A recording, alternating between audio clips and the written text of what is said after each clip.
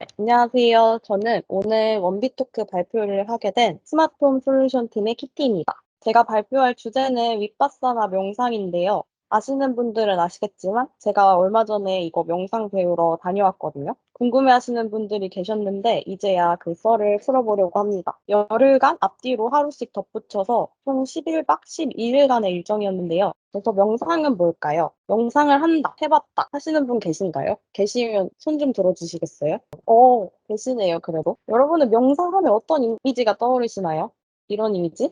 개인적으로 이 경험을 하기 전에 명상에 대한 저희 생각은 힐링 테라피였습니다. 요가를 좀 길게 배운 적이 있는데, 그때 명상 세션도 있었거든요. 관심이 있어서 몇 번 들어봤는데, 그때 했던 명상이란 요가 매트에 누워가지고 호흡에 집중한다는 핑계로 반쯤은 가사 상태로 종종 코까지 골게 되는 그것이 제가 경험했던 명상이었고, 기대한 것이었습니다. 그래서 이런 게 있대 라는 말을 들었을 때 자세히 안 알아보고 큰 고민 없이 신청할 수 있었던 것 같아요. 왜 제가 이 명상이라는 것에 관심을 가지게 되었냐면요. 스트레스 많은 사회잖아요. 고통 속에서 평화를 간절히 원하기도 했고, 삶에서 답을 찾고자 했기 때문이 아닙니다. 솔직히 고백하면 명상이라는 것이 굉장히 힙한 것이었기 때문입니다. 저는 돈 버는 것에 관심이 많고, 필연적으로 트렌드에 민감한 편인데요. 거기서 언제부터인가 하나같이 마인드풀니스, 마음챙김, 명상을 이야기하기 시작합니다. 실리콘밸리에서 명상이 트렌디해진 건 꽤 됐죠. 구글에는 직원들 트레이닝 세션 중에 내면 검색이라는 명상 프로그램이 있다고 하는데 이 세션이 제일 인기가 있어서 들으려면 줄 서야 한다고도 하고요. 이 밑에 흑백 사진 누군지 알아보시는 분? 스티브 잡스인데 스티브 잡스의 명상 사랑은 유명했죠. 빌 게이츠도 왜 명상을 하는지 본인의 블로그에 장문의 글을 써서 올린 바 있고요. 위즈덤 2.0이라는 컨퍼런스 알고 계신가요? 샌프란시스코에서 시작돼서 이제 10년이 된 명상 컨퍼런스인데요. 명상 컨퍼런스이기는 한데 주제가 명상은 아니고 간단히 얘기하면 각계의 전문가들이 연사로 나와서 단순한 이익의 추구뿐만 아니라 어떻게 건강한 세상을 창조할 수 있을까라는 명제에 대해서 이야기하는 컨퍼런스인데 이 컨퍼런스의 연사들도 보면 화려합니다. 화면에 보이는 건 올해의 연사들의 일부이고요. 이 밖에도 아마존의 1조에 팔린 자포스의 토니 셰이, 트위터의 창업자 에반 윌리엄스 같은 사람들이 참여했었어요. 과학과 기술, 그리고 돈이 지배하는 실리콘밸리만큼 트렌드에 민감한 곳이 없다고 생각하는데 10년 넘게 지금까지도 꾸준하게 명상에 열광하고 있는 걸 보면 그 효과는 입증되었다고 할 수 있을 것 같습니다. 이 밖에도 뭐 정치인으로는 힐러리 클린턴, 빌 클린턴, 엘고어 전 미국 대통령, 스타로는 마돈나, 데미 무어, 프라 윈프리도 명상을 꾸준히 하고 있다고 알려져 있습니다. 심지어 요새는 공항에도 명상실이 생겼다고 해요. 런던 히드로 공항, 네덜란드 암스테르담 공항, 뉴욕 샌프란시스코까지 이제 명상이 트렌드를 넘어서 일상이 되어가고 있는 것 같습니다. 어떤가요? 굉장히 쿨해 보이지 않나요? 이렇게 저는 7년쯤 전부터 부와 명예를 가진 유명인들과 실리콘밸리의 똑쟁이 엘리트들이 열광하는 이 명상이라는 게 뭘까 호기심을 가지게 됩니다. 제가 다녀온 곳은 윗바사나 명상을 수행하는 곳이었는데요. 알게 된 것은 여기 GA에 입사할 무렵이었어요. 트위터 CEO인 잭 도시의 트윗을 보게 됩니다. 생일을 맞이해서 미얀마로 윗바사나 명상을 갔다 왔는데 좋다, 추천한다, 간증 글을 올린 거예요. 비슷한 시기에 알게 된 분도 이 프로그램을 갔다 와가지고 아주 평온한 얼굴로 너무 좋았어. 너도 꼭 해봐. 정말 강력하게 추천해. 라고 하는 얘기를 듣기도 했고요. 그때 흥미롭게 읽었던 사피엔스라는 책의 저자인 유발 하라리도 이 명상을 10년 넘게 매일 하고 있다고 하더라고요. 뭔가 짠 것처럼 같은 시기에 이런 얘기가 다다다 들리니까 궁금해지더라고요. 도대체 그 센터에서는 무슨 일이 일어나고 있는 것인가? 그리고 생각했죠. 그래, 그게 뭐든 열흘이라면 명상이 뭔지, 어떻게 하는 건지는 제대로 알 수 있겠지. 기회가 되면 꼭 가봐야겠다 싶었어요. 한국 센터도 그렇고 참가자는 선착순 플러스 추첨으로 이루어지는데요. 인원 제한도 있고 항상 신청하려고 보면 마감이더라고요. 그렇게 계속 기회만 노리다가 2021년 올해 드디어 기대를 가득 하고 명상센터에 가게 됩니다. 그래서 윗바사나 명상은 뭐냐고요? 기본적으로 명상이란 집중하는 거고요. 따라서 종류는 그 주체와 방법에 따라서 수십 가지로 다양합니다. 만트라처럼 특정한 단어 같은 것을 이용할 수도 있고요. 여기 있는 이런 악기 같은 소리에 집중을 할 수도 있고, 호흡이나 걷기 같은 어떠한 행위에 집중을 할 수도 있습니다. 그래서 보면 청소나 컬러링북 같은 걸로 마음의 평화를 찾는다는 사람들도 있잖아요. 그것도 명상의 한 가지 방법이라고 할 수 있을 것 같아요. 다양한 테크닉의 명상법들은 아주 오래전부터 전해지고 있었는데요. 이 중에서도 윗바사나는 고타마부타가 선택해서 고통에서 벗어나고자 하는 사람들에게 전수한 방법입니다. 부처는 깨달은 모든 일을 일컫는 말이고 우리가 아는 그 부처는 고타마 시타르타인데요. 고타마 시타르타가 보리수 나무 아래에서 수행을 하다가 깨달음을 얻어 열반에 이르렀다고 하잖아요. 이때의 수행이 바로 윗바사나 명상입니다. 이 명상법에 대한 이야기는 뒤에 가서 이어가도록 하겠습니다. 어쨌든 이렇게 센터를 만들고 윗바사나를 코스로 다듬은 사람은 이 사진 속에서 인자하게 웃고 계시는 인도계 미얀마인 고엔카 선생님이고요. 전 세계적으로 219개의 센터와 140개의 비정규 센터가 있습니다. 한국에는 전북 진안에 센터가 있어요. 열흘 동안 오프라인이 된다고 하니까 그거 사이비 아니냐고 물어보는 사람도 있었는데요. 참고로 저는 특별한 종교가 없고요. 근데 가족 중에 세례받은 천주교 신자도 계시고 권명을 받아서 절에 다니시는 분도 계셔서 연초에 토정 비결 봐주시는 친한 스님도 계시고 어릴 적에 용돈 주시던 신부님도 계시는 종교에 있어서는 굉장히 자유분방한 사람입니다. 그런 사람의 시선에서 느낀 대로 이야기하는 거니까 참고해 주시기 바랍니다. 사이비는 아니었어요. 홈페이지에 설명을 긁어왔습니다. 영상 자체는 종교와 아무런 상관이 없습니다. 코스에 참여하는 수련생 중에는 신부님이나 스님같이 다양한 종교의 종교인분들도 많다고 하고요. 근데 그렇다고 아예 종교랑 관련이 없다고 또 할 수 없는 게 명상의 시작이 인도이고 앞서 말씀드렸듯이 윗바사나 명상법이 부처가 깨달음을 얻은 수행이니만큼 이 논리와 철학을 파고들면 불교적인 사상과 개념이 기초입니다. 근데 이런 이야기도 신화나 민담 같은 거, 뭐 예를 들면 이소부화나 탈무드처럼 교훈이 있는 다만 불교적인 색채가 가미된 재미있는 이야기 정도로 받아들여졌습니다.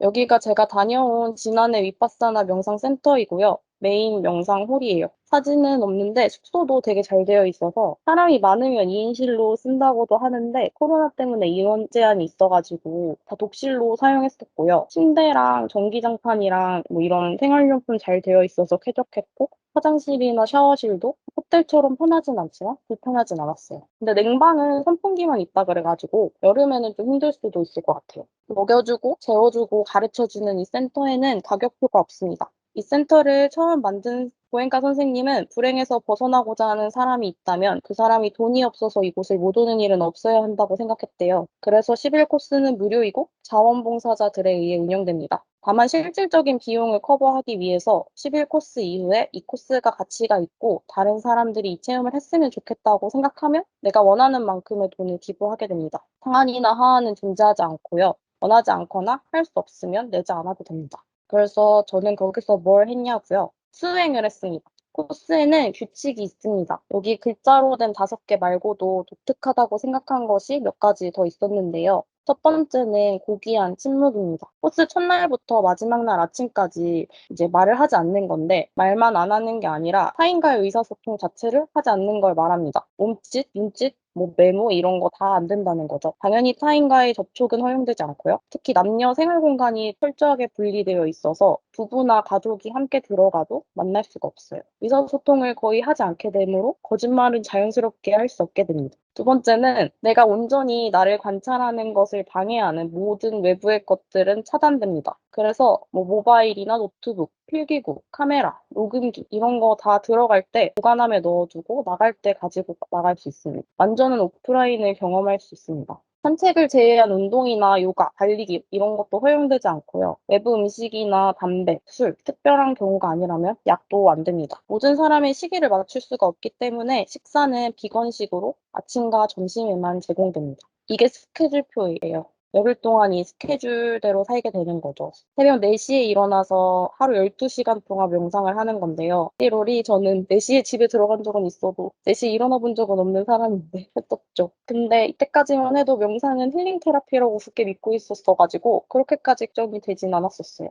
일단 새벽 4시에 깨운다는 말은 정말입니다. 처음엔 꿈인 줄 알았는데 4시가 되자마자 바깥은 엄청 껌껌한데 귓가에 평화로운 종소리가 들리는 거예요. 졸린 눈 부비고 대강 씻고 명상홀에 가서 지정된 방석에 앉으면 4시 반부터 스피커로 오늘 해야 할 명상을 알려줍니다. 그렇게 밥 먹는 시간, 쉬는 시간을 빼고 스케줄표에 따라 명상을 하는데 생각보다 되게 바빠요. 그리고 저녁 7시에 내가 하고 있는 명상에 대한 설명을 듣는데 이 자막을 통해서 명상법과 철학에 대해서 알 수 있습니다. 처음 3일은 들어가고 나가는 자연스러운 호흡에 집중하는 명상을 합니다. 현대 사회에서 사람들이 잃어버리고 있는 집중력과 몰입을 되찾기 위한 훈련이라고 해요. 그때는 가만히 앉아 있는 것 자체가 굉장히 힘들었어요. 그게 어쩔 줄 모르겠어서 몇 번이고 막 고쳐왔고, 옆 사람은 얼마나 신경이 쓰이던지, 저 사람은 뭐 하는 사람인데 여기 온 걸까? 어떻게 저렇게 미동도 없이 앉아있는 거지? 뭐 이런 걸 궁금해하고, 잠은 또 어찌나 쏟아지던지, 졸면서 꿈꾸고, 졸음과 싸우고, 제정신일 땐 망상을 했어요. 앉아서 가만히 호흡에 집중도 못하면서, 나는 빨리 영상을 통해서 초능력을 갖고 싶은데, 이렇게 숨만 쉬면 아무것도 아니지 않나? 이게 다 일리는 없는데, 다음 단계는 뭐지? 뭐 생각이 날 때마다 생각이구나 하고 호흡에 대한 집중으로 돌아오라는데, 망상 중에는 그나마 시간이 잘 갔기 때문에 그냥 망상을 하기도 하고, 어쩔 때는 그냥 생각에 잡아먹히기도 하고, 진짜 그 시점에 할 수 있는 생각은 다 한 것 같아요. 특히 5일차부터는 하루에 3번 1시간 동안 움직이지 않고 명상하는 시간이 있거든요. 20분쯤 지나면 고문이 시작됩니다. 아, 다리가 저리다. 저리다고 생각하는 순간 더 저리고, 아, 어깨가 무거운데? 무겁다고 생각하는 순간 더 무겁고, 허리가 아픈데? 아프다고 생각하는 순간 더 아프고, 뭐 이건 중국식 물고문이 아닐까. 묶어놓고 물방울을 한 방울씩 떨구면 처음에는 아무렇지도 않다가 나중에는 막 엄청난 신체적, 정신적 고통으로 죽게 된다던데 뭐 이런 생각을 했죠. 지금은 이렇게 쉽게 이야기하는데 그때는 시간이 너무 안 가서 죽을 것 같았어요. 그래서 처음에는 20분이 한계였는데 나중에는 1시간도 거뜬하게 변합니다. 이게 명상에서 오는 몰입의 힘인 걸까요? 아무튼 호흡에서 넘어가 본격적인 윗바사나 명상의 시작은 4일차부터인데요. 윗바사나는 사물을 있는 그대로 본다는 뜻입니다. 이 말처럼 윗바사나 명상은 머리부터 발끝까지 신체의 감각을 관찰하는 방법으로 진행됩니다. 겉으로 보기에는 가만히 앉아서 아무것도 안 하는 것처럼 보이는데 온몸의 감각을 예민하게 깨우는 굉장한 집중력을 요하는 적극적인 활동이에요. 생각보다 시간이 잘 가서 저는 개인적으로 명상하는 시간보다 쉬는 시간에 할 게 없는 게 더 힘들었어요. 명상에 대해서 좀 더 설명을 하면 고타마 시타르다는 모태 금수저였습니다. 왕자로 살면서 가질 수 있는 모든 것을 가질 수 있어도 인간으로 태어난 이상 생로병사는 피할 수가 없죠. 왜 모든 사람들에게 삶은 고통인가에 대한 의문으로 그 답을 찾기 위해 출가를 하게 됩니다. 그분의 깨달음은 이것이었어요. 거스를 수 없는 우주의 원리. 모든 것은 변한다. 내가 한번 몸을 담궜던 강은 한라가 지나면 다른 강물이 됩니다. 눈앞에 촛불이 같은 빛을 보내고 있는 것 같아도 매 순간 초를 태운 다른 빛입니다. 우리의 몸도 세포 단위에서 끊임없이 죽고 태어나는 매 순간 새로운 나입니다. 근데 인간은 감각의 동물이기 때문에 우리 안에 모든 것이 매 순간 변하고 있는 거를 시각이나 촉각같이 감각의 영역으로 보여주지 않으면 같은 존재라고 인식해요. 어떻게 사랑이 변하니? 아니요. 세상에 안 변하는 것은 없는데요. 내가 변하고 너도 변하는데 어떻게 사랑이 그 자리에 머물 수 있을까요? 일단 모든 것은 매 순간 변한다는 것을 인지해야 합니다. 이렇게 모든 것이 동적으로 변하고 있는데 우리는 모든 것이 연속선상에 있다고 생각하기 때문에 어리석게도 정적인 집착을 만들어냅니다. 우리가 좋아하는 것, 우리에게 긍정적인 감각을 주는 것에 대한 열망과 원함을 만들어서 거기에 집착하거나 우리가 싫어하는 부정적인 감각을 주는 것을 배척하고 그것에 분노하게 되죠. 물론 시타르타 이전에도 이런 집착이 불행을 낳는다는 컨셉은 널리 알려져 있었습니다. 근데 고타마 시타르타가 여기에 플러스 알파로 가진 인사이트는 우리가 중독되는 것이 우리가 좋아하는 것, 우리가 싫어하는 것 같은 객체가 아니라 열망과 원함이 있을 때 우리 몸에서 일어나는 감각, 배척을 하고 분노할 때 우리 몸에서 일어나는 감각이라는 거였어요. 예컨대 내가 돈을 원하고 있었어요. 근데 돈이 채워지고 나면 거기에 만족하는 것이 아니라 명예든, 자식이든, 관계든 다른 것을 통해 또 다른 원함을 만들어내는 거예요. 왜냐면 우리가 중독된 건 돈 그 자체가 아니라 뭔가를 추구하는 그 감각이기 때문이라는 겁니다. 근데요, 우리도 이미 모두 알고 있죠. 그게 감각이든 뭐든 집착하면 불행해진다는 걸요. 근데 그걸 깨버리는 게 쉽지 않잖아요. 마인드 컨트롤로 집착하면 불행해져 라고 아무리 스스로 타일러도 좋아하던 노래의 제목이 생각나지 않으면 생각날 때까지 집착하며 괴로워하는 스스로를 발견하게 됩니다. 그래서 우리가 끊임없이 무언가를 추구하고 배척하면서 불행해지는 이 바보 같은 사이클을 깨기 위해 필요한 것은 마인드 컨트롤의 단계에서 넘어가 신체 감각의 영역에서 실제 이 감각의 생성과 소멸을 살펴보면서 이게 얼마나 부질없는지 알아차려야 한다는 거예요.